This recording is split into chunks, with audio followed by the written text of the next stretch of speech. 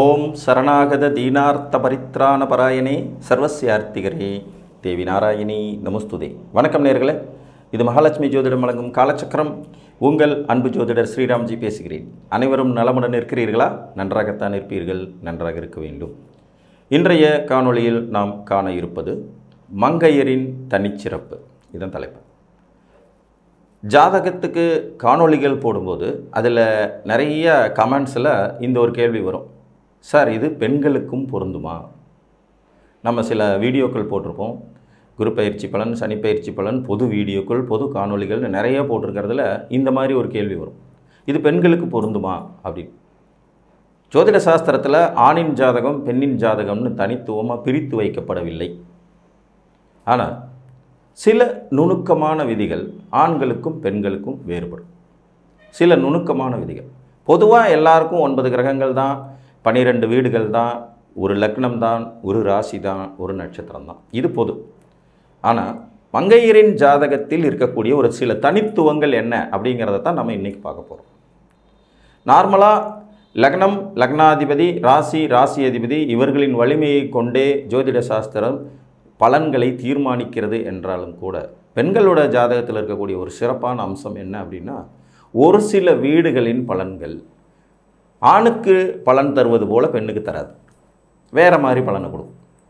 உதாரணமாக கலத்திரக்காரகன் அப்படின்னு நம்ம சுக்கிரனை சொல்கிறோம். கலத்திரக்காரகனா திருமணத்தை செய்து வைக்கக்கூடியது சுக்கிரன் அப்படின்னு. காலபுருஷனுடைய 2ஆம் வீடான ரிஷபம் மற்றும் 7ஆம் வீடான துலாம் மற்றும் படுக்கை ஸ்தானம் என்று சொல்லக்கூடிய 12ஆம் இடமான மீனம், இந்த 3 வீடுமே பார்த்திங்கன்னா சுக்கிரன் ஆக்குபை பண்ணக்கூடிய ஒரு வீடுகள். இது பொது. ஆனால் இதில் இருக்கிற தனித்துவமான நுணுக்கம் என்னென்னா, ஒரு பெண்ணின் ஜாதகத்தில் சுக்கிரனை மட்டும் வச்சு திருமண வாழ்க்கையை தீர்மானிச்சிடவே முடியாது. கலத்திரக்காரகனான சுக்கிரன் ஒரு ஆணுக்கு வேலை செய்வதுமால பெண்ணுக்கு வேலை செய்ய மாட்டார். அங்கே செவ்வாய் அதற்கு முக்கியத்துவமான பங்களிப்பை கொடுத்துருவார். இப்போ ஜோதிட சாஸ்திரத்தில் அரசன் அரசி அப்படின்னு சொல்லக்கூடிய 2 பேர்களில் அரசன் சூரியன்னா அரசி சந்திரன். இந்த அரசனான சூரியன் உச்சம் பெறும் வீடு மேசம் என்றால் அதற்கு நேர் 7ஆம் இடம் சுக்கிரனுடைய வீடு. இது ஆணுக்கு சுக்கிரனை வாழ்க்கை துணையாக கொடுக்கிறது. இந்த அரசியான சந்திரன் ரிஷபத்தில் உச்சம் பெறுவதால் அதற்கு நேர் 7ஆம் இடம் செவ்வாயின் வீடுங்கனால ஒரு பெண்ணுக்கு செவ்வாயின் நிலையை கொண்டுதான் வாழ்க்கை துணையின் தரத்தை தீர்மானிக்க முடியும். அப்படிங்கிற இந்த நுணுக்கமான வித்தியாசம் மங்கையரின் ஜாதகத்தின் தனி சிறப்பு. அதே மாதிரி பார்த்திங்கன்னா, நம்மளோட ஜாதகத்தில் பூர்வ புண்ணியம் இருக்குமா இருக்காதா, பூர்வீக சொத்துக்களால் ஆதாயம் இருக்குமா அப்படிங்கிற கேள்விக்கு ஆண் ஜாதகத்தில் நம்ம டக்குன்னு உடனே 5ஆம் இடத்தை பார்த்து 5ஆம் அதிபதியின் நிலையை கொண்டு நம்ம பூர்வீக சொத்தின் அமைப்புகளை சொல்லிடலாம்.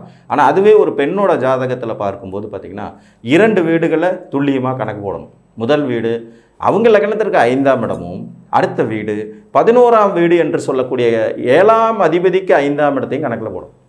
ஒரு பெண்ணுக்கு 5ஆம் இடம் மிக பாதகமான நிலையில் இருந்தாலும் 11ஆம் இடம் வலுவாக இருந்துச்சுன்னா ஆட்டோமேட்டிக்காக திருமணத்துக்கு பிறகு கணவரின் மூலமாக கிடைக்கக்கூடிய சொத்து, பத்து, சுகம், குலதெய்வ அனுகிரகம் போன்றவை சிறப்பாக இருக்குங்கிற வித்தியாசமான ஒரு பலன் பெண்கள் ஜாதகத்திலையும் தனித்துவமாக வரவே செய்யும்.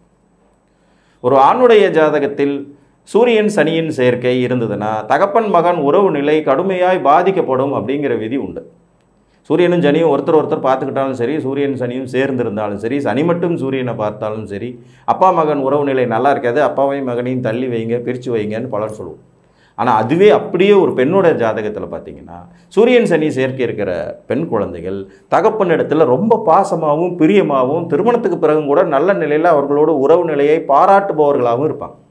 ஆனால் கடைசி காலகட்டத்தில் ஒரு மத்தியம வயதிற்கு மேலே போகும்போது அப்பா உறவு கசந்து போகுங்கிற ஒரு சூட்சமும் அதுலேயும் இருக்கும். ஸோ இப்படி நுணுக்கமான சில வித்தியாசங்கள் ஆண் பெண் ஜாதகத்தில் உண்டு என்பது மறுப்பதற்கில்லை. மேலும் மங்கையரின் ஒரு மிகச்சிறந்த தனிச்சிறப்பான விதி ஒன்று என்னென்னா, ஒரு ஆணின் ஜாதகத்திற்கும் பெண்ணின் ஜாதகத்திற்கும் இருக்கக்கூடிய மிகப்பெரிய வேறுபாடு. ஒரு ஆணுக்கு 8ஆம் இடம் என்பது அவனுடைய ஆயுளை தீர்மானிக்கும். ஒரு ஆணுக்கு 8ஆம் இடம்ங்கிறது அந்த ஜாதகரின் ஆயுளை தீர்மானிக்கக்கூடிய ஆயுள் ஸ்தானம் அப்படின்னு இருக்கும். ஆனால் இதில் ஒரு கவித்துவமான ஒரு வித்தியாசம், ஒரு பெண்ணிற்கு 8ஆம் இடம் என்பது அவளுடைய மாங்கல்ய பலத்தை தீர்மானிக்கும். மாங்கல்ய பலம் அப்போ கூட கணவனின் ஆயுளை தீர்மானிக்கிற இடமா தான் இவங்களுக்கு ஆயுசை பற்றி கவலைப்படாமல் கணவரின் ஆயுள் எப்படிப்பட்டதாக இருக்குங்கிறத தீர்மானிக்கிற இடமா அவங்க லக்னத்திற்கு 8ஆம் இடம் இருக்கும். ஸோ இது ஒரு நுணுக்கமான வித்தியாசம்.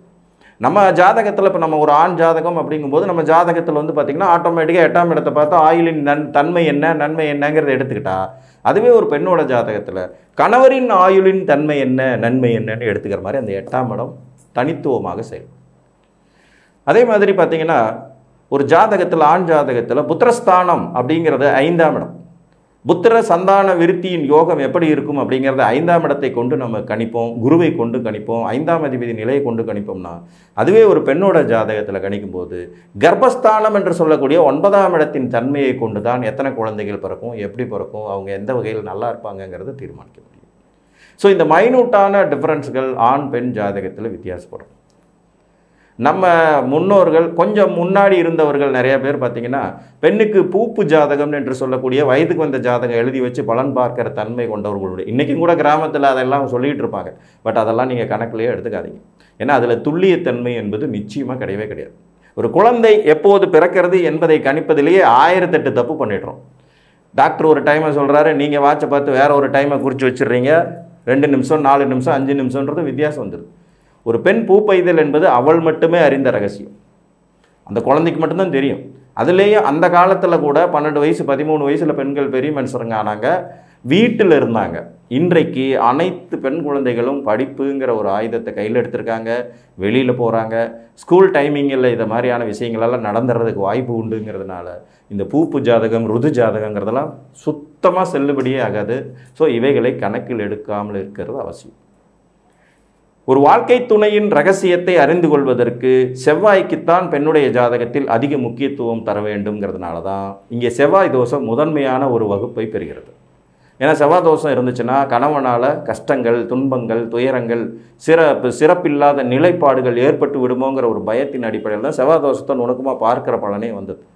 ஏன்னா சந்திரன் உச்சமாவது ரிஷபத்தில், அதற்கு 7ஆம் இடம் என்று சொல்லக்கூடியது செவ்வாயின் வீடு. சூரியன் உச்சமாவது மேசத்தில், அதற்கு 7ஆம் இடம் என்று சொல்லக்கூடியது சுக்கிரனின் வீடு. அப்போ ஒரு ஆணோட ஜாதகத்தில் வாழ்க்கை துணையை சுக்கிரன் வெகுவாக தீர்மானிப்பார், ஒரு பெண்ணோட ஜாதகத்தில் வாழ்க்கை துணையை செவ்வாய் வெகுவாக தீர்மானிப்பார். இதுதான் டிஃப்ரென்ஸ்.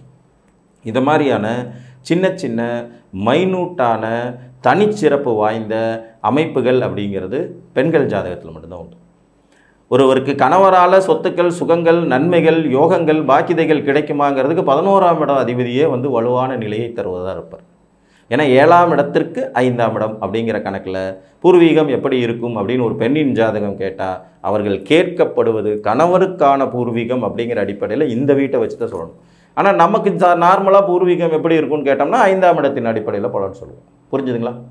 ஒரு பெண்ணின் ஜாதகத்தில் லக்னத்தை கொண்டு அவர்களின் குண நலன்களையும், 2ஆம் இடத்தை கொண்டு குடும்பம், பொருளாதாரம், வளர்ச்சி வாய்ப்புகள், முன்னேற்றம், அடிப்படை கல்வி போன்றவற்றையும், 3ஆம் இடத்தை கொண்டு ஆடை ஆபரணங்கள், சகோதர உறவுகள், நண்பர்கள், உறவினர்கள் தன்மையை கொண்டும், 4ஆம் இடத்தை கொண்டு தன் சுகம், தாய் சுகம், இவர்களின் கற்பு நெறி போன்றவற்றை கொண்டும், 5ஆம் இடத்தை கொண்டு குலதெய்வம், அனுகிரகம் போன்றவற்றை கொண்டும், 6ஆம் இடத்தின் மூலமாக நோய் தன்மைகள், நோயின் தீர்க்கம் போன்றவற்றை கொண்டும், 7ஆம் இடத்தின் வாயிலாக வாழ்க்கை துணை, அவரின் நிலைப்பாடு, இவர்களுக்கு சமுதாயத்திற்கும் இருக்கும் தொடர்புகளை கொண்டும், 8ஆம் இடத்தை கொண்டு தீர்க்க சுமங்கலி யோகம் இருக்கிறதா, கணவருக்கு ஆயுள் பலம் தீர்க்கமாக இருக்கிறதா என்பதை கொண்டும், 9ஆம் இடத்தை கொண்டு பாக்கியஸ்தானத்தின் வலு எப்படி இருக்கிறது, கர்ப்ப நிலை எப்படி இருக்கிறது, கர்ப்பம் தரிக்கும் தகுதியோடு ஜாதகம் இருக்கிறாரா, குழந்தை பெற்றுக்கொள்ளும் யோகிதைகளும் அதிர்ஷ்ட வாய்ப்புகளும் உண்டா என்பதை கொண்டும், 10ஆம் இடத்தை கொண்டு கணவனின் சுகம், கணவனின் சொத்துக்கள், கணவனின் வீடு வாகன யோகங்கள் போன்றவற்றையும், ஜாதகரின் தொழில் விருத்தி, அபிவிருத்தி, முன்னேற்றம், சம்பாதிக்கும் திறன் உண்டா என்பதையும் கணிக்கலாம். 11ஆம் இடத்தை கொண்டு கணவரின் பூர்வீகம், அவருக்கு பூர்வீகத்தினால் கிடைக்கக்கூடிய லாபங்கள் போன்றவற்றையும், 12ஆம் இடத்தை கொண்டு கணவரின் நோயின் தன்மைகள், கணவரின் விரயங்கள், கணவருக்கு வரக்கூடிய கஷ்ட நஷ்டங்களை கொண்டு அறியலாம். ஸோ ஆண் பெண்ணுக்கு பேதங்கள் ஒன்றும் பெருசாக இல்லைன்னாலும் கூட ஜாதகத்தை கணிக்கும் போது ஒரு சில நுணுக்கமான விஷயங்கள், அந்த தனித்துவமான விஷயங்கள் பெண்ணின் ஜாதகத்தில் தனிப்பட்ட முறையில் இருக்கும். சில கிரக இணைவுகள், சில கிரக சேர்க்கைகள் என்பது ஆணுக்கு பெண்ணுக்கும் சம்மந்தமே இல்லாமல் இருக்கும். ஒரு உதாரணமாக சந்திரன் எண்ணக்கூடிய உடல் காரகன் செவ்வாய், கேது, ராகு, சனி போன்ற பாவக்கோள்களோடு சேர்ந்து விட்டால் ஜாதகர், ஒரு பெண்ணின் ஜாதகத்தில் இது வந்து பார்த்திங்கன்னா உடல் ரீதியான பாதிப்புகள், மாதவிலக்கு சம்பந்தப்பட்ட பிரச்சனைகள், கர்ப்பப்பை சம்பந்தப்பட்ட கோளாறுகள் போன்றவற்றை கொடுக்கும் அமைப்பாக இருக்கும். புரியுதுங்களா? ரத்தம் சம்மந்தப்பட்ட பிரச்சனைகள், இந்த மாதவிடாய் சுழற்சிங்கிறதுல இர்ரெகுலர் பீரியட்ஸுங்கிறது மாதிரியான சிக்கல், குழந்தை பெற்றுக்கொள்வதில் சிரமம் போன்றவற்றை கொடுக்கும். இதுவே அப்படியே ஆண் ஜாதகத்தில் அதே சந்திரன் வந்து கேது, சனி, செவ்வாய், ராகுவோட சேர்ந்துருக்கும் போது பார்த்தீங்கன்னா இந்த மாதிரியான அமைப்பே இல்லாமல் சற்று மனநிலை பாதிப்புங்கிறது மாதிரியோ அல்லது முடிவெடுப்பதில் சிரமப்படுவாருங்கிற மாதிரியோ வருமே ஒழிய உடல் ரீதியான பாதிப்புகள் இங்கே வரவே வராது. அப்போ ஒரு ஆண் ஜாதகத்துக்கும் பெண் ஜாதகத்துக்கும் இந்த மாதிரியான சில நுணுக்கங்கள் மங்கையரின் ஜாதகத்தில் தனித்துவம் வாய்ந்தவை தான். ஒரு ஆணுடைய ஜாதகத்தை வச்சு 4ஆம் இடத்தின் கற்பு நிலை என்ன அப்படிங்கிறத பற்றி யோசிக்கவே முடியாது. ஆனால் பெண்ணோட ஜாதகத்தில் அதை ஒரு பாயிண்டாக எடுக்கலாம். ஒரு ஆணின் ஜாதகத்தில் 8ஆம் இடத்துல அவனுடைய ஆயுள் எவ்வளோ இருக்குன்னு யோசிக்கலாமா ஒழிய, ஆனால் ஒரு பெண்ணோட ஜாதகத்தில் 8ஆம் இடத்துல தான் மாங்கல்ய ஸ்தானமும் மாங்கல்யத்தின் வலுவும் என்ன, நீண்ட ஆயுள் கொண்ட வாழ்க்கை துணை கிடைப்பாரா அப்படிங்கிறது ஏற்படும். ஒரு ஆண் ஜாதகத்தில் 11ஆம் இடத்தின் மூலமாக அவருடைய அபிலாசைகள், லாபம், மேன்மை என்ன அப்படிங்கிறத தீர்மானிச்சா, அதுவே ஒரு பெண்ணோட ஜாதகத்தில் 11ஆம் இடத்துல வந்து பூர்வீகம், கணவனின் பூர்வீகம், அவரால் கிடைக்கக்கூடிய ஆதாயங்கள், அன்பு, நேசம், பாசம் போன்றவற்றை தீர்மானிக்கலாம். ஸோ இந்த மைனூட்டான டிஃபரன்ஸ் மட்டும்தான் மங்கையரின் ஜாதகத்தின் தனிச்சிறப்பு. மற்றபடி பொதுவாக 2 ஜாதகங்களும் ஒன்றுக்கொன்று பின்னி பிணைந்து தொடர்பு கொண்டவை தான் என்று கூறி மீண்டும் ஒரு காணொலியில் உங்களை வந்து சந்திக்கும் வரை உங்களிடமிருந்து அன்புடன் விடைபெற்றுக் கொள்வது உங்கள் அன்பு ஜோதிடர் ஸ்ரீராம்ஜி. நன்றி, வணக்கம்.